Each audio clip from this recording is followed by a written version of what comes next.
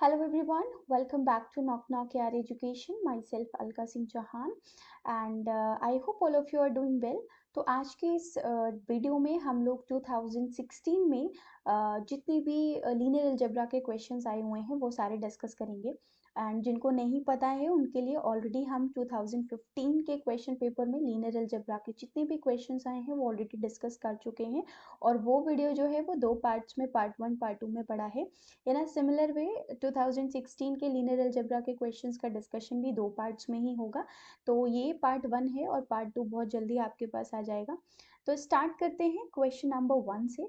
तो question number 1 ये जो आपके पास पूछा गया है ये एक एमसीक्यू टाइप क्वेश्चन है जो कि 1 मार्क में पूछा गया है। तो देखते हैं क्या कह रहा है question. Let P be the vector space over R of all polynomials of degree less than equal to 3 with real coefficient and एक लीनियर ट्रांसफॉर्मेशन डिफाइन किया है इसी P से P पे डिफाइंड बाय कोई भी polynomial a0 plus a1x plus a2x square plus a3x cube type का उसको T मैप कर रहा है a3 plus a2x plus a1x square plus a0x cube. मतलब आप देखो जो a0 है उसमें x क्यूब से मल्टीप्लाई हो गया है, a1x जो है वो x स्क्वायर हो गया है, a2x स्क्वायर a2x हो गया है, यानी कि जो हमारे पास कोफिशिएंट्स है वो चेंज कर दिए गए। और फिर आपको बोला है then the matrix representation M of T with respect to standard basis कौन सी इक्वेशन को सेटिस्फाई करेगा। मतलब बेसिकली इस क्वेश्चन में हमें मैट्रिक्स फाइंड आउट करनी है of this linear transformation T, ठीक है, और with respect to this standard basis. तो मैट्रिक्स फाइंड आउट करने के लिए हमें क्या करना पड़ता है, हम इमेज निकालते हैं बेसिस का। तो टी ऑफ 1 करोगे अगर आप तो कंपेयर करोगे अगर इस 1 पॉलिनोमियल को a0 plus a1x plus a2x square plus a3x cube से, तो ए नॉट की वैल्यू 1 है बाकी सब 0। तो ए नॉट जो है वो ए नॉट एक्स क्यूब बन जा रहा है, यानी ये 1 इंटू एक्स क्यूब बन जाएगा, जिसे आप क्या लिखोगे 0 into 1 plus 0 into x plus 0 into x square plus 1 into x cube, क्योंकि आपको पता है बेसिस के ही लीनियर कॉम्बिनेशन में लिखोगे और तब कोफिशिएंट मैट्रिक्स का ट्रांसपोज करके आपके पास मैट्रिक्स आएगी। देन नेक्स्ट बेसिस मेंबर है x। अब x के लिए इससे कंपेयर करोगे तो आपको a1 मिल रहा है, यानी a1x a1 1 है, तो a1x कहाँ मैप हो जा रहा है जाके a1x स्क्वायर पे, यानी ये 1x स्क्वायर पे मैप होगा which is 0 into 1 plus 0 into x plus 1 into x square plus 0 into x cube. Next basis member है एक्स स्क्वायर। तो जब आप कंपेयर करोगे तो a2x स्क्वायर मिलेगा, ये a2 की वैल्यू 1 है तो a2x स्क्वायर कहाँ जा रहा है a2x पे, मतलब ये इस पे मैप हो गया। तो this is 0 into 1 plus 1 into x plus 0 into x square plus 0 into x cube. And finally last member basis का एक्स क्यूब। तो ये a3 एक्स क्यूब से कंपेयर करेंगे तो वो a3 पे मैप हो रहा है, a3 यहाँ पे कोफिशिएंट क्या है 1 है तो वो 1 पे ही मैप हो जा रहा है। तो इसको आप 1 into 1 plus 0 into x plus 0 into x square plus 0 into x cube लिखोगे। तो अगर आप मैट्रिक्स देखोगे कोफिशिएंट मैट्रिक्स का ट्रांसपोज लेना होता है, कोफिशिएंट मैट्रिक्स क्या बन रही है हमारे पास 0 0 0 1 and then we got 0 0 1 0 and next we have 0 1 0 0 again we got 1 0 0 0 और इसका हम ट्रांसपोज कर देंगे तो फाइनली हमें मैट्रिक्स मिल जाएगी। तो जो मैट्रिक्स हमें मिल रही है वो क्या मिली, ट्रांसपोज करने पे भी आप देखोगे तो हमें सेम ही मैट्रिक्स मिलने वाली है 0 1 0 0 एंड 1 0 0। अब ये मैट्रिक्स जो है ऑप्शंस में आपको दिया है, ये मैट्रिक्स कौन सी इक्वेशन को सेटिस्फाई करेगी। बहुत इजीली अपने को दिख रहा है, ये m स्क्वायर करेंगे तो हमारे पास आइडेंटिटी मैट्रिक्स आएगा। All of you can see that very clearly that m square is equals to identity. तो अब यहाँ पे आप देख लो कौन सा ऑप्शन सेटिस्फाई हो रहा है, बी ऑप्शन सेटिस्फाई हो रहा है, m square minus identity is going to be a null matrix, ठीक है। That's how we can do this question, ठीक। तो 1 मार्क में पूछा गया था, सिंपल सा था, मैट्रिक्स रिप्रेजेंटेशन निकालना था, दैट्स इट, और कुछ एक्स्ट्रा अपने को नहीं करना था इस क्वेश्चन में। आते हैं नेक्स्ट क्वेश्चन पे, यानी कि क्वेश्चन नंबर 2 पे। क्वेश्चन नंबर 2 में क्या बोला गया है, आपको एक मैट्रिक्स गिवन है m cos alpha sin alpha i sin alpha i cos alpha, और बोला है ये एक यूनिटरी मैट्रिक्स होगी जब अल्फा की वैल्यू क्या होगी, ठीक। 4 ऑप्शंस आपको गिवन है। अब जिनको नहीं पता है उनके लिए, एक मैट्रिक्स को हम लोग यूनिटरी मैट्रिक्स कब बोलते हैं, एक स्क्वायर मैट्रिक्स ए होगी उसको हम यूनिटरी मैट्रिक्स कब बोलते हैं, जब A conjugate transpose is equal to A conjugate transpose A is equals to identity आ जाए। अगर ऐसा हो जाता है then this A matrix is said to be a unitary matrix, ये यूनिटरी मैट्रिक्स बन जाती है। हमें यही प्रॉपर्टी लगानी पड़ेगी, ठीक। तो हमने क्या किया, ए मैट्रिक्स हमें ऑलरेडी गिवन था, क्या गिवन था, cos alpha sine alpha, and here you have I sine alpha and then I cos alpha. इसका कॉन्जुगेट ट्रांसपोज निकालना है, तो कॉन्जुगेट ट्रांसपोज करोगे तो ट्रांसपोज करने पे ये यहीं रहा, ठीक है, और यहाँ पे माइनस का आई कॉस एल्फा आ जाएगा, और आपने ट्रांसपोज लिया तो ये साइन एल्फा यहाँ आएगा, और कॉन्जुगेट किया तो माइनस का आई साइन एल्फा, ये बन जाएगी आपके पास क्या, ए कॉन्जुगेट ट्रांसपोज वाली मैट्रिक्स। अब आपको क्या करना है, आपको इन्हीं दो मैट्रिक्स को आपस में मल्टीप्लाई कर देना है और उसको आइडेंटिटी के बराबर दिखा देना है। तो लिखते हैं यहाँ पे, this is cos alpha sine alpha, आप कोई भी फैक्टर चूज कर सकते हो, मैंने ये वाला के साथ चूज किया है, आप इसको चूज कर सकते हो, सेम ही रिजल्ट मिलेगा। This is your I sine alpha, I cos alpha, then here you have cos alpha minus I sin alpha, this is your sin alpha minus I cos alpha, ठीक है, this is equals to identity matrix of order 2। अब यहाँ पे जब आप multiply करोगे cos square alpha plus sign square alpha, आपको पता है ये किसके इक्वल आ जाएगा, 1 के, जो कि हम अभी नेक्स्ट स्लाइड पे लिखेंगे। फिर यहाँ आप देखोगे तो माइनस का i cos alpha sine alpha मिला, और फिर माइनस का i sine alpha cos alpha मिल गया अपने को, ठीक है, यहाँ पे आइडेंटिटी मैट्रिक्स है। नेक्स्ट वाले फैक्टर में देखोगे तो i sine alpha cos alpha और प्लस का i again cos alpha sine alpha मिल रहा है, और इस वाले को देखोगे जब तो minus i square sine square alpha, तो आई स्क्वायर की वैल्यू -1 होगी तो माइनस आई स्क्वायर 1 बन जाएगा, तो यहाँ क्या बनेगा, साइन स्क्वायर एल्फा और वापस से कॉस स्क्वायर एल्फा। अब आप यहाँ देखो ये माइनस का 2i sign alpha cos alpha बनेगा, तो 2 साइन एल्फा कॉस एल्फा क्या होता है, साइन 2 एल्फा होता है, यानी मैट्रिक्स क्या बन गई, 1 यहाँ पे, और ये माइनस का i साइन 2 एल्फा, ठीक है, क्योंकि sign square alpha plus cos square alpha 1 होता है। यहाँ पे भी 2i sign alpha cos alpha होगा, उसको हम i साइन 2 एल्फा लिख देंगे, ठीक है, i साइन 2 एल्फा, और यहाँ पे 1 आ जाएगा, sign square alpha plus cos square alpha से 1 0 0 1। अब ये मैट्रिक्स ये तब होगी जब हमारे पास माइनस आई साइन 2 एल्फा जो है वो क्या हो जाए, 0 हो जाए, या आई साइन 2 एल्फा 0 हो जाए। तो आयोटा तो 0 नहीं कर सकते हम, यानी कि साइन 2 एल्फा को हमें क्या करना पड़ेगा, दोनों ही जगह उसको 0 करना पड़ेगा, यानी 2 एल्फा की वैल्यू कितनी आ गई, n pi, where n belongs to integer, तो एल्फा की वैल्यू क्या आ गई, n pi by 2, where n belongs to integer, यानी जब कभी भी एल्फा जो है वो पाई बाई 2 का मल्टीपल होगा तो ये एम मैट्रिक्स जो आपको क्वेश्चन में गिवन थी वो कैसी हो जाएगी, यूनिटरी। अब ऑप्शंस पे जब हम आए तो हमें क्या दिख रहा है, पाई बाई 2 का मल्टीपल हमें सिर्फ यही दिख रहा है, ये ऑड मल्टीपल्स लिखे हुए हैं, ठीक, चाहे इवन हो मल्टीपल या ऑड हो, ऑलवेज ये यूनिटरी बनेगी। बाकी पाई बाई 3, पाई बाई 5 और पाई बाई 4 के मल्टीपल्स में कुछ नहीं था, तो इसलिए हमारे पास यहाँ पे ए ऑप्शन करेक्ट हो गया इस क्वेश्चन का, और ये 2 मार्क्स में पूछा गया था सेक्शन ए के प्रॉब्लम में, तो बस आपको यूनिटरी मैट्रिक्स की प्रॉपर्टी लगानी थी और आप आंसर तक पहुंच जाते, ठीक है। तो बढ़ते हैं हम अपने नेक्स्ट क्वेश्चन पे, और नेक्स्ट क्वेश्चन जो हमें दिया है वो है ये, आपको बोला है एम एक मैट्रिक्स दी है 0 1 -2 -1 0 अल्फा 2 माइनस अल्फा 0, जहाँ पे अल्फा एक नॉन जीरो नंबर है और बी एक नॉन जीरो वेक्टर है, such that M X equals to B for some X in R3। Then आपको पूछा है value of X transpose B क्या होगा, ठीक है। अब सबसे पहली बात, इस क्वेश्चन को करने के बहुत सारे तरीके हैं, बट उन तरीकों में बस एक चीज मैटर करती है और वो है आपका टाइम। बट अगर आप एग्जाम पॉइंट ऑफ व्यू से बात करोगे तो इसका डिस्कशन जो है वो बहुत सेकेंड्स में जाके फिनिश हो जाता है, कैसे देखना भी आप, आपको M X is equals to B given है, ठीक है, और आपको पूछा है एक्स ट्रांसपोज बी, तो एक्स जो आपके पास R3 से वेक्टर बिलोंग कर रहा है, मैं उसके लिए क्या कर सकती हूँ, एक्स ट्रांसपोज से प्री मल्टीप्लीकेशन कर सकती हूँ, और आपको एक्स ट्रांसपोज बी मैट्रिक्स पूछी है कि किसके बराबर होगी, ठीक है। अब यहाँ पे आप एक चीज, मतलब यहाँ पे ये 1 क्रॉस 1 का बनेगा, एक चीज ध्यान से देखना है आपको, ये बेसिकली वैल्यू होगी एक्स ट्रांसपोज बी की, ठीक।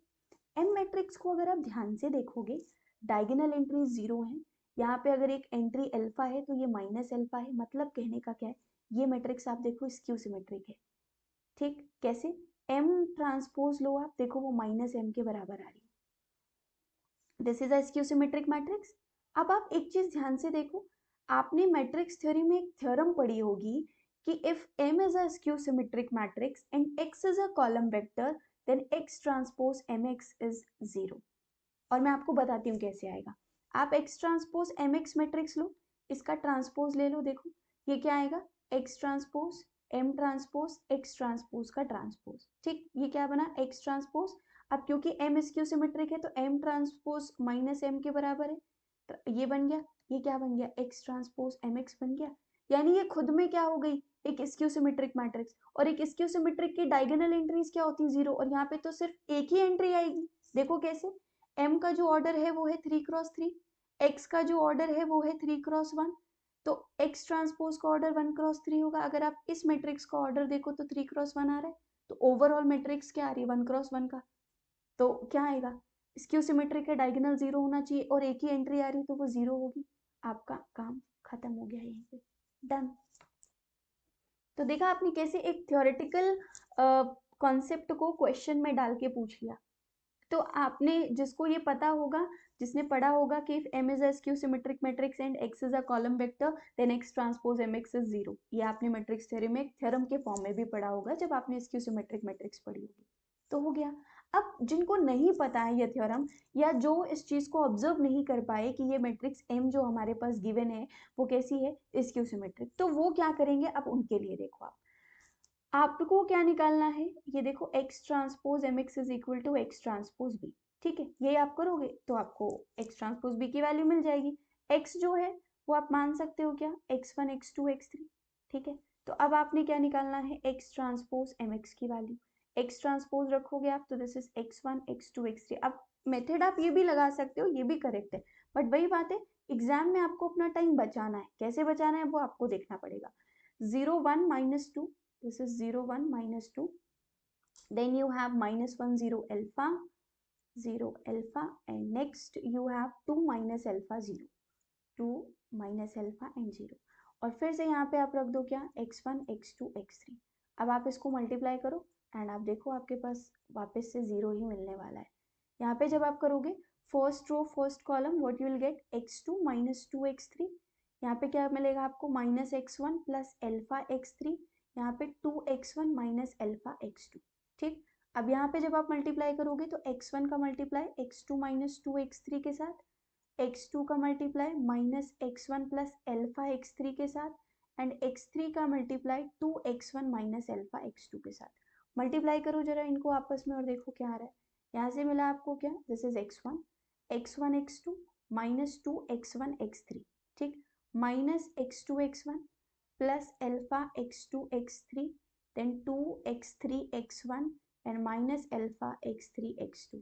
ध्यान से अगर आप ऑब्जर्व करोगे, देखो x1 x2 कैंसिल आउट हो चुका है आपके पास। ठीक है, फिर आप देखो 2x1 x3 और यहाँ पे प्लस का था वो कैंसिल आउट हो गया है, एंड अगेन आपको देखो यहाँ पे क्या, एल्फा x2 x3, एंड ये जीरो आ गया कि नहीं आ गया। तो ये भी कर सकते हो, वहां से भी आप जीरो पे पहुंच जाओगे। ये आप थ्योरेटिकल अप्रोच यूज कर सकते हो, डायरेक्ट। फर्क इतना है कि बस वो थोड़ा ज्यादा टाइम लेगा, और यहाँ पे अगर आपने अपना कॉन्सेप्ट यूज किया तो आप 45 सेकेंड्स में आंसर कर सकते हो। तो जो अप्रोच है वही आपका टाइम जो है वो एग्जाम में या तो ज्यादा बचाएगी या फिर ज्यादा लगाएगी। तो आपकी अप्रोच सही होनी चाहिए क्वेश्चन को लेके। ठीक है, सो और ये क्वेश्चन जो था वो 2 मार्क्स में पूछा गया था सेक्शन ए में। ठीक, आते हैं नेक्स्ट प्रॉब्लम पे। नेक्स्ट प्रॉब्लम जो है वो सेक्शन बी का है। आपको एक सेट दिया है V, जो कि बेसिकली सबसेट है R3 का XYZ, जहाँ पे ये जो टपल है उसके कंपोनेंट इस प्रॉपर्टी को सेटिस्फाई करते हैं, alpha X plus beta Y plus Z is equal to gamma, जहाँ पे अल्फा बीटा गामा जो है वो रियल नंबर से आ रहे हैं। तो आपको पूछा है अल्फा बीटा गामा की ऐसी कौन सी चॉइसेस हैं जो V को 2 डायमेंशनल सब स्पेस बना देंगी R3 का। अब 2 डायमेंशनल सब स्पेस बना देंगे मतलब 2 फ्री वेरिएबल्स आपको मिल रहे होंगे। ठीक, इसमें अपने को बाई ऑप्शन ही प्रोसीड करना था।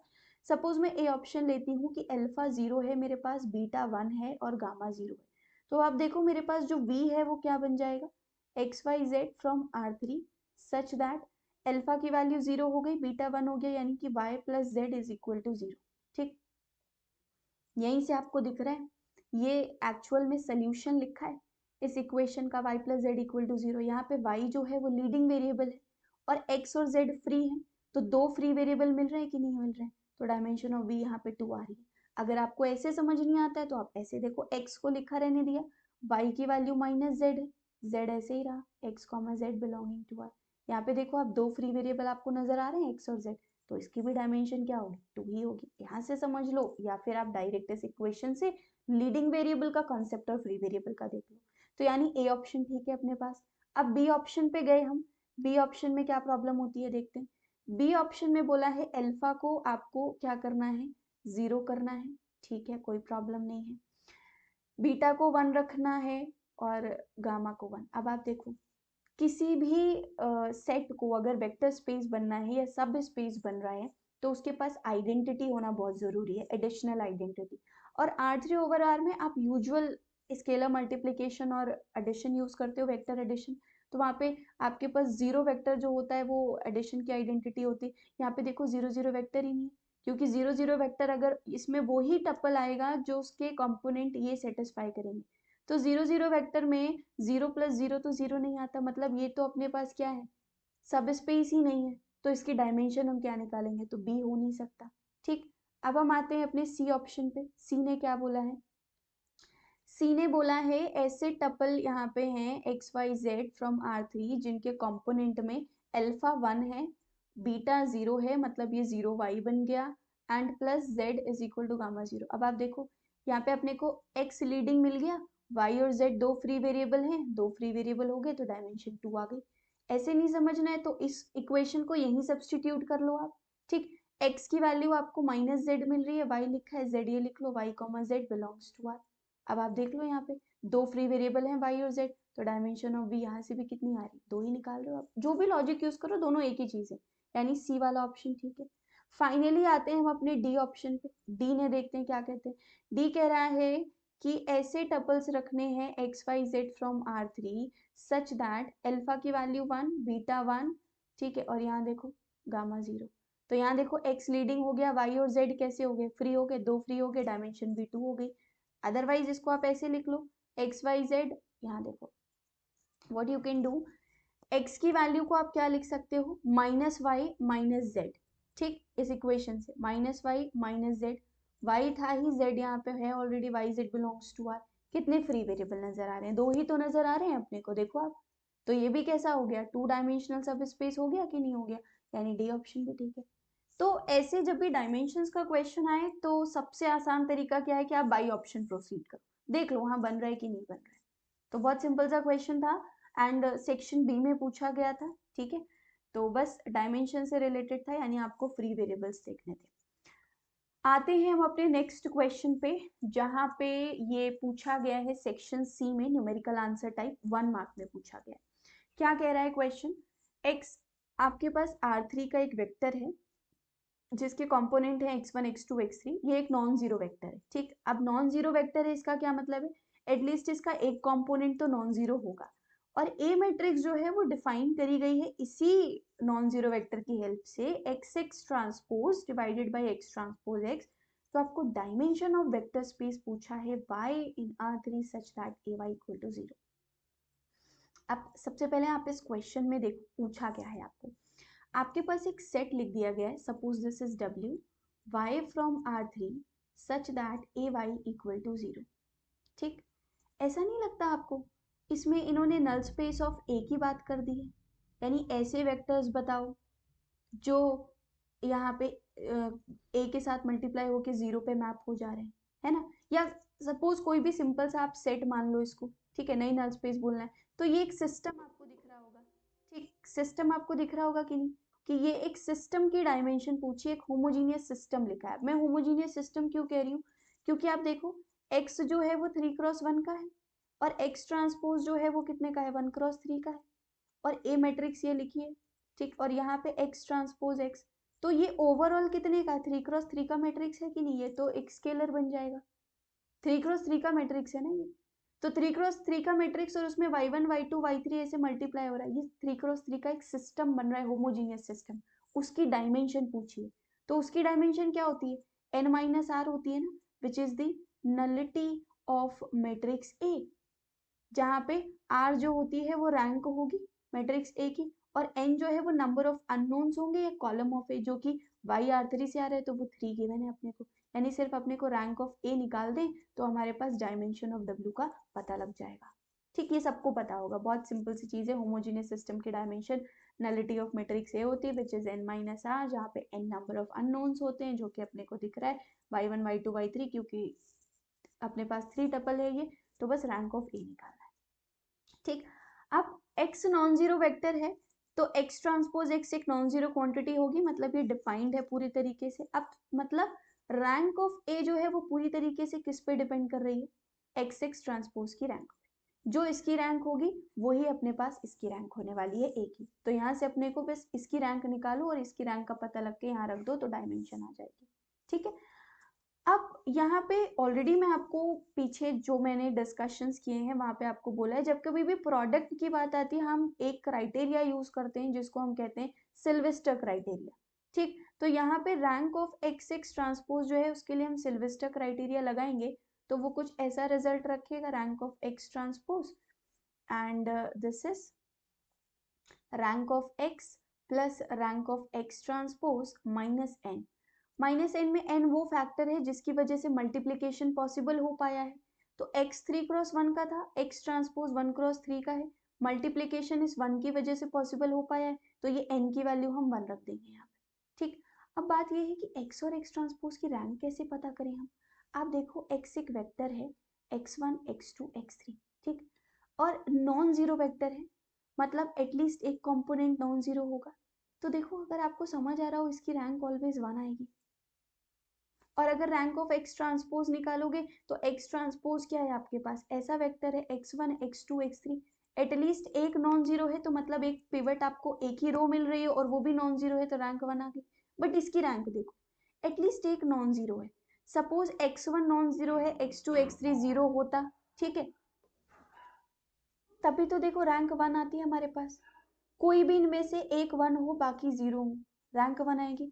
सपोज कोई दो नॉन जीरो है और एक जीरो है तो आप एलिमेंट्री रो ऑपरेशन लगा के उसको रिड्यूस कर सकते हो कि नहीं, तो रैंक ऑफ x भी ऑलवेज क्या आने वाली है हमारे पास, 1 ही आने वाली।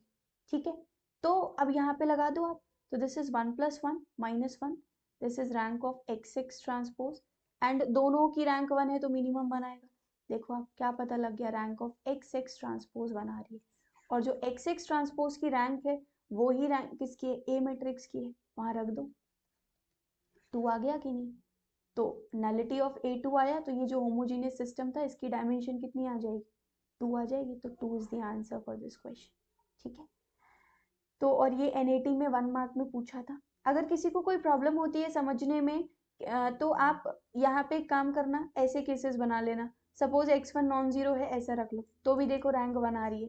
अगर x2 कोई भी वैल्यू हो नॉन जीरो बाकी सब जीरो है, रैंक 1 आ रही है। देखो आप समझ गए, कोई भी प्रॉब्लम हो आप यहाँ रख के देख लेना। सपोज कोई भी दो मेरे पास कैसे नॉन जीरो, तो इसको रिड्यूस कर सकते हो कि नहीं, तो भी रैंक 1 आएगी। ऐसे आप इन दोनों के लिए बना सकते हो।